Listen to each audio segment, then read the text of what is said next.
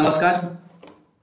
Ecology का आज आपका छठा वीडियो है और इससे पहले 5 वीडियो में आप लोगों ने काफ़ी कंसेप्ट को सीखा, काफ़ी कंसेप्ट को जाना और बहुत सारे कंसेप्ट को मैंने आपको सिखाया भी। तो मुझे पूरी उम्मीद है कि छठा वीडियो देखने के पहले आप 5 वीडियो को देख के आए होंगे ताकि छठा वीडियो आपको समझ में आ जाए। तो जैसा कि आप देख रहे हैं कि इसमें आपका पॉपुलेशन इंटरेक्शन आज का टॉपिक है। क्या है? पॉपुलेशन इंटरेक्शन मीन्स समष्टि अभिक्रियाएं। ये क्या है? तो आपका छठा टॉपिक है। ठीक है, ये क्या है? तो ये आपका छठा टॉपिक है। तो इसमें जानते हैं कि पॉपुलेशन इंटरेक्शन में जो दूसरा टॉपिक है वो है आपका कंपटीशन यानी कि स्पर्धा। तो स्पर्धा में मैंने आपको बताया था कि स्पर्धा में क्या होता है कि मान के चलिए कोई जाति ए है, कोई जाति बी है, तो दोनों को क्या होता है? हानि होती है। इसमें फायदा किसी को नहीं होता है। जैसा कि डार्विन ने जब जीवन संघर्ष व योग्यतम की उत्तरजीविता की बात कही यानी कि स्ट्रगल फॉर एग्जिस्टेंस और सर्वाइवल ऑफ द फिटेस्ट बात कही, तो उन्होंने यह स्पष्ट किया कि जैव विकास यानी कि इवोल्यूशन में अंतर जातीय स्पर्धा बड़ा योगदान देता है। अंतर जातीय जो आपका स्पर्धा होती है यह क्या रहता है? बड़ा योगदान देता है। आमतौर पर यह देखा गया है कि समान जातियों के जीवों के बीच भोजन व स्थान के लिए क्या होता है? कंपटीशन होता है। ये काफी इंपॉर्टेंट है। आपसे पूछ सकता है कि समान जातियों के बीच कंपटीशन किस चीज का होता है? तो भोजन व स्थान को लेकर के कंपटीशन होता है। किस चीज का? भोजन और स्थान के लिए कंपटीशन होता है।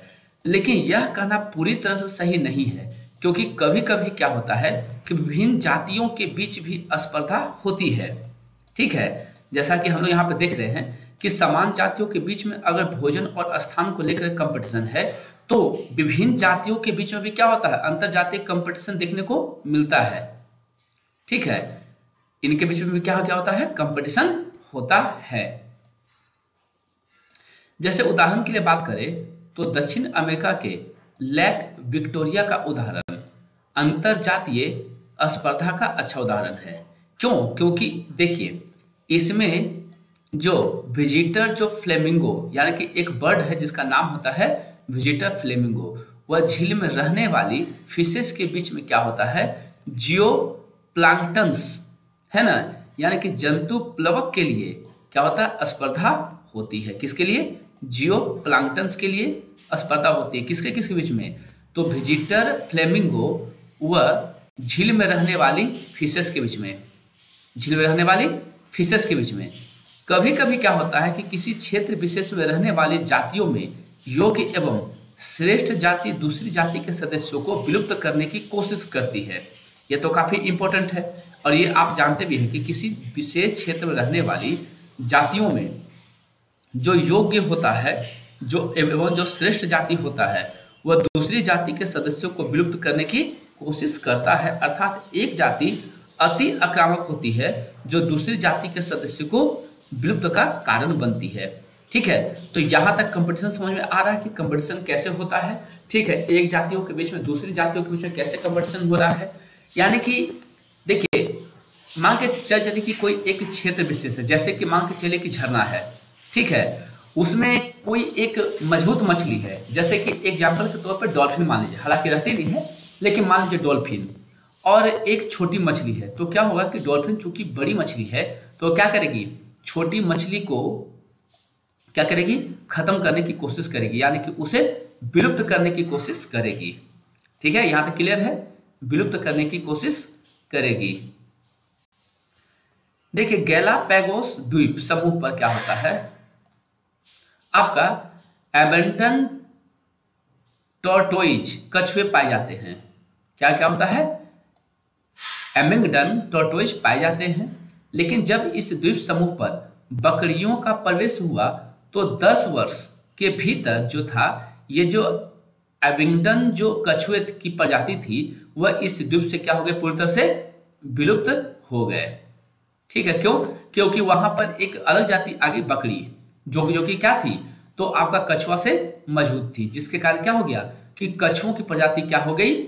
विलुप्त हो गई। क्यों? क्योंकि बकरियों की चारण क्षमता क्या थी? बहुत अधिक थी। इसलिए भूमि पर स्थित सभी वनस्पतियों को बकरियां चर जाती थी एवं एविंगडन जो कछुए को भोजन पर्याप्त नहीं मिल पाता था, जिस कारण वे विलुप्त हो गए। क्लियर है यहां तक? यानी कि अब देख रहे कि किस तरह से एक मजबूत जाति जो है वह कमजोर जाति को किस तरह से विलुप्त कर देती है। ठीक है, यहां तक क्लियर है? यहां तक ये आपका टॉपिक आज काफी छोटा है। ठीक है, एक होता है स्पर्धी मोचन यानी कॉम्पिटिटिव रिलीज।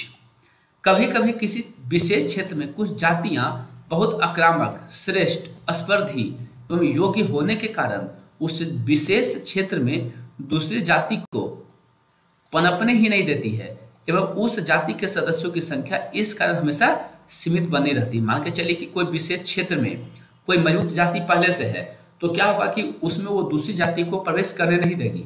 तो उसमें जो मजबूत जाति होगी वो क्या होगा कि उसका जो सदस्यों की संख्या होगी, मजबूत जाति की सदस्यों की जो संख्या होगी वह सीमित बनी रहेगी, क्योंकि वहां कंपटीशन होगा ही नहीं, है ना। लेकिन यदि किसी कारण से योग्य जाति उस स्थान से कहीं पलायन कर जाती है, तो दूसरी जाति जो योग्य जाति की उपस्थिति में पनप रही थी वह स्पर्धी जाति के मोचन के कारण अपनी संख्या को बढ़ा लेगी। ये निश्चित तौर पर है कि मान के चलिए कि मजबूत जाति पलायन कर जाती है और जो भी उसकी स्पर्धी जाति थी वह उसकी उपस्थिति में पनप नहीं पा रही थी, तो अब चूंकि वह नहीं है, मजबूत जाति यहाँ प्रेजेंट नहीं है क्योंकि वह पलायन कर गया है, तो जो स्पर्धी जाति है वहां पे क्या कर जाएगी, अपनी संख्या को बढ़ा लेगी। ठीक है, तो इसको क्या बोलते हैं, स्पर्धी मोचन कहते हैं। देखिए गॉस का स्पर्धी अपवर्जन सिद्धांत, ये काफी इंपॉर्टेंट सिद्धांत है। गॉस का स्पर्धी अपवर्जन सिद्धांत जो है, गॉसे के अनुसार समान जातियां लंबे समय के लिए एक साथ नहीं रह सकती है। ये काफी इंपॉर्टेंट सिद्धांत है, इसको ध्यान दीजिएगा। क्या बोले कि समान जातियां जो होती है वो लंबे समय तक एक साथ नहीं रह सकती है, क्योंकि समान जातियों के बीच में स्पर्धा होने की संभावना अधिक होती है। ये किसने कहा था, तो गॉसेस का सिद्धांत है। ये किसका सिद्धांत है, तो ये आपका गॉसेस का सिद्धांत है। और यह नियम तभी लागू होता है जब स्थान व भोजन सीमित हो। तो याद रखिएगा कि ये जो लॉ है, ये जो आपका सिद्धांत लागू कब होता है, जब स्थान और भोजन दोनों कैसा हो, सीमित हो। आपसे क्वेश्चन पूछेगा कि गॉसेस का नियम कब लागू होता है, तो गॉसेस का नियम तभी लागू होगा जब स्थान व आपका भोजन जो होता है वो सीमित होता है। यदि स्थान व भोजन सीमित ना हो तो गॉसेस का जो स्पर्धी अपवर्जन का सिद्धांत है वो लागू नहीं होगा। तो इन बातों को ध्यान में रख के ही आप लोग इसको पढ़िएगा। ठीक है, वीडियो को ध्यान से सुनना है ताकि इन पॉइंट्स पर आप गौर कर पाए। संसाधन विभाजन क्या होता है, आप समझते हैं कि संसाधन विभाजन क्या होता है। तो आधुनिक मत यह कहता है कि साथ में रहने वाली प्रजातियां आपस में भोजन के लिए संघर्ष के स्थान पर संसाधन विभाजन के लिए प्रेरित करती है। मतलब क्या है कि रिसोर्सेस को क्या करती है, पार्टीशनरिंग करती है, यानी कि ये आपस में बांटती है।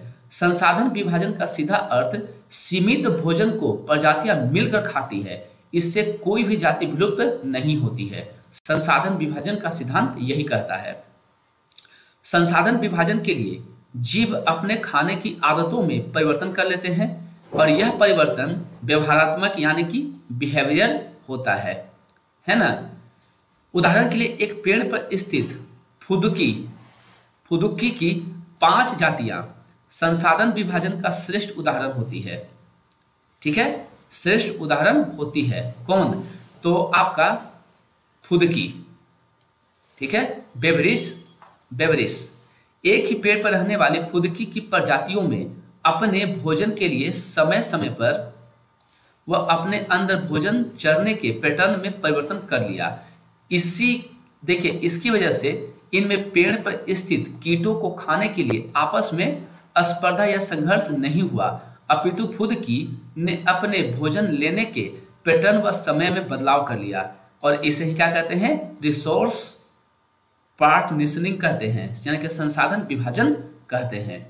तो ये रहा आपका छठा वीडियो। ठीक है, जो काफी आपका शॉर्ट था और यहाँ से आप लोग को काफी कंसेप्ट आपको देखने को मिला होगा और यहाँ पे जाकर के आपका छठा वीडियो खत्म होता है। मिलते हैं हम लोग अगले वीडियो में, यानी कि 7वां वीडियो में नए टॉपिक के साथ। ठीक है, तब तक के लिए सर सभी को टाटा बाय बाय।